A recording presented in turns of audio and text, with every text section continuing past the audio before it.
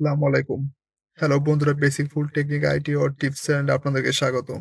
আজ এই ভিডিওটির মধ্যে দেখব কিভাবে কম্পিউটার মাইক্রোসফট ওয়ার্ডে একটি পিকচার তৈরি করে কিভাবে সেই পিকচারটিকে সেভ করা হয়। ভিডিওটি শুরু করা যাক।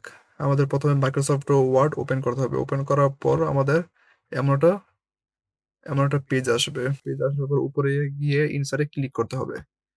ইনসার্টে ক্লিক করার পর আমি একটা পিকচার নেবো। পিকচার নেওয়ার জন্য পিকচারের উপরে ক্লিক করতে হবে। পিকচারের উপরে ক্লিক করার পর এখানে দিস ডিভাইস লেখা আছে। দিস ডিভাইসে ক্লিক করতে হবে।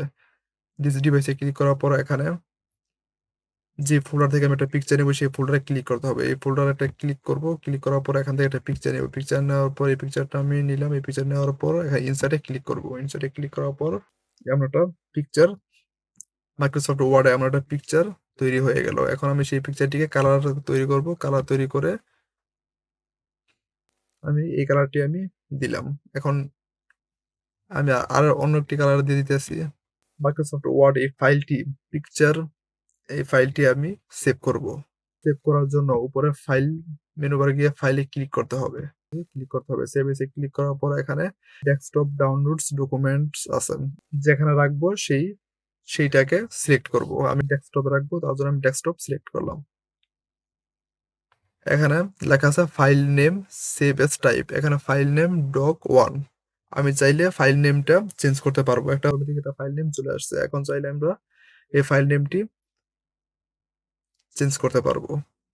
তারপর নিচে লেখা আছে save as type. Save as type word document. আমরা ওয়ার্ড ডকুমেন্টে তৈরি করব। তার জন্য ওয়ার্ড ডকুমেন্ট যা আছে তাই থাকবে। তারপর সেভে ক্লিক করতে হবে। সেভে ক্লিক করলে আমাদের এই পিকচার মাইক্রোসফট ওয়ার্ডটি সেভ হয়ে গেছে। ডেস্কটপে যাই। ডেস্কটপে যাওয়ার পর এই যে এখানে doc1 নামে আমার ফাইলটি সেভ হয়ে গেছে।